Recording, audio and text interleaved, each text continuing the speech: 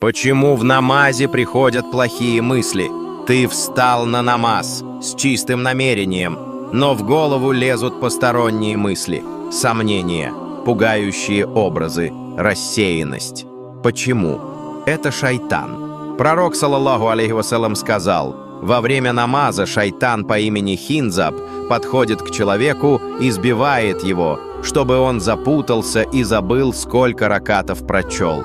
Цель шайтана – не дать тебе завершить намаз с внутренним смирением, украсть твою награду, но есть решение. Скажи «Ауз билляхи минаш шайтанир раджим» и знай, ты стоишь перед Аллахом. Это не просто обряд.